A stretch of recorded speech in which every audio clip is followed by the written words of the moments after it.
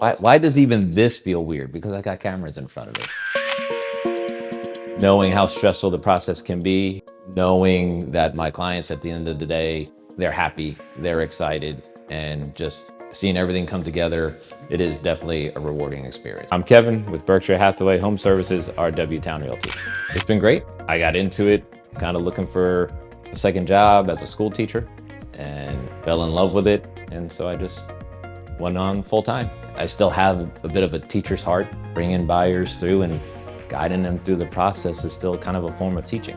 I know the numbers, I study the market. Bay Colony versus Bird Neck Point, Red Mill versus Ocean Lakes. My level of communication with the clients, with other agents, with home inspectors, settlement attorneys, you can always count on good communication and me knowing the market. Plus, I'm never too shy to throw out a really bad dad joke or pun, just to lighten the load during the stressful home buying or selling process. If you're thinking about buying or selling a house, reach out, give me a call, shoot me a text, and I'm here for you.